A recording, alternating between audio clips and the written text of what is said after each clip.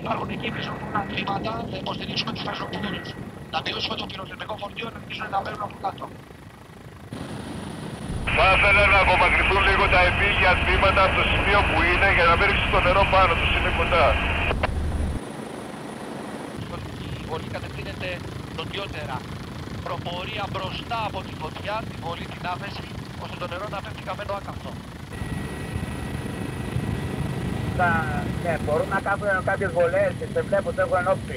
Κάτω χαμηλά στην Καράδρα, των οτών, έχω κατεβάσει ομάδες και είναι λιγάκι επικίνδυνα εκεί.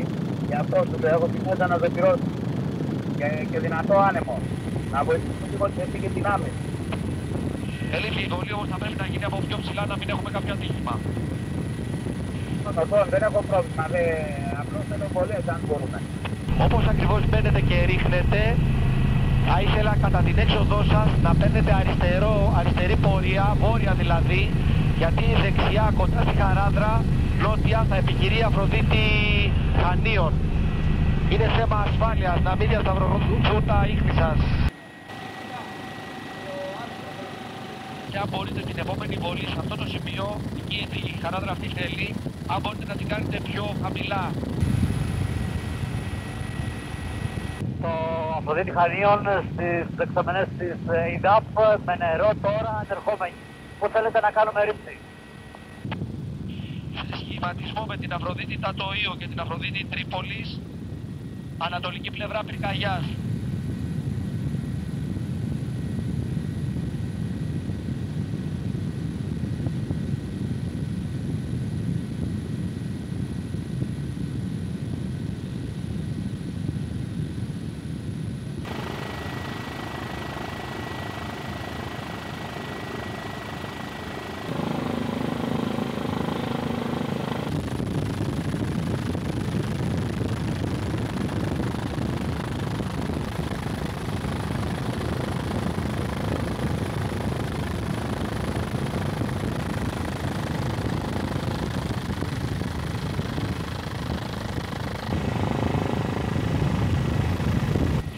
Κάνετε βολή εκεί που σας υπέδειξα νωρίτερα, βγείτε ευθεία βόρεια στη Χαράδρα και πάρτε πορεία για Αυλώνα και ελάτε σε επικοινωνία με το Φλόγα 23, έχουμε έναρξη έτερης πυρκαγιάς.